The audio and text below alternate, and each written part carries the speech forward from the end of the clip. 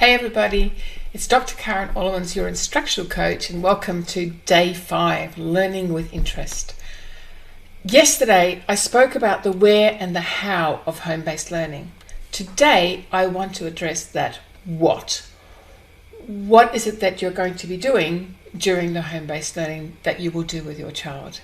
Now, if your school is giving you work, then your child should probably be focused on this. Though within those realistic timeframes and expectations that I mentioned during Day 3. And I know many schools are in fact providing work through online resources and learning management systems, and the teachers are doing a fabulous job, absolutely fantastic. I so admire them and the courage and perseverance that they're showing in this, because it is difficult and a lot of them are having to upskill very quickly into this area. But I'm also hearing from many parents that their children's school is not providing any additional work for them. So now what? Do you just let them play all day? I'm also seeing a few more of those social media posts recommending not bothering at all and just giving cuddles on the couch. Look, I addressed this yesterday.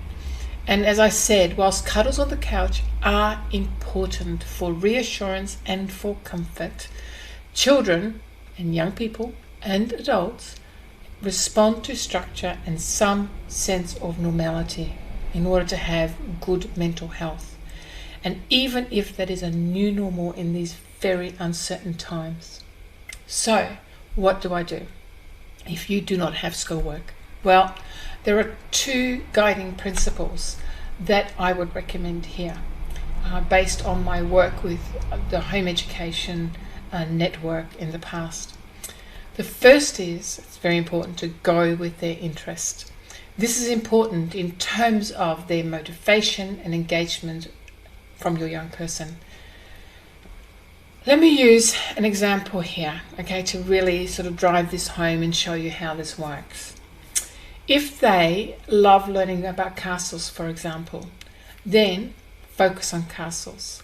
This can lead to learning about history, about knights in armor, about the roles and relationships in medieval period, about food preparation and diet.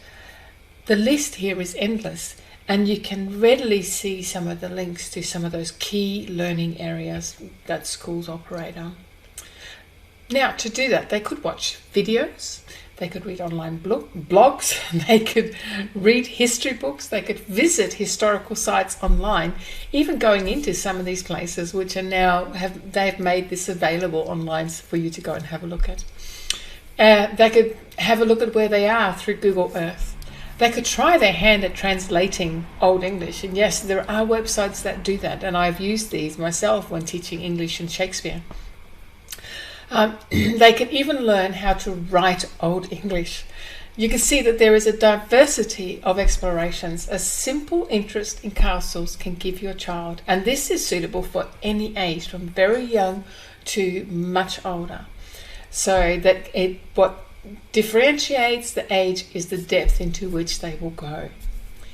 So here they are, they're busy exploring the world of castles, and you're going to say, well, now what do we do with that learning? Well, this is where my second principle comes in, and that is number 2, and that is to go with the 3 R's. Yes, reading, writing, and arithmetic.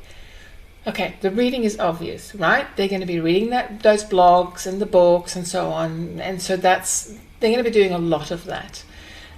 Then you can actually ask them to write about it. All right, write about what they're discovering. Maybe create a blog online or a picture book. Now, I say that because I actually had a son who at age 12, 13 was very interested in this very topic of castles. And at that time, he created this beautiful picture book on how you could become a Knight Templar for his younger brother, who's 5 years younger than him. He still actually has this book, and it's about yay big. It was a really great project. He drew all the images of it himself. He researched it. He wrote a story. It was just beautiful. And because it was driven by his own interest, he was motivated to continue and complete it. So you can see how art can come into it. But you may well be asking, what about arithmetic then? How do I bring that into this? Well, you'd be surprised at how much arithmetic comes into these sort of areas.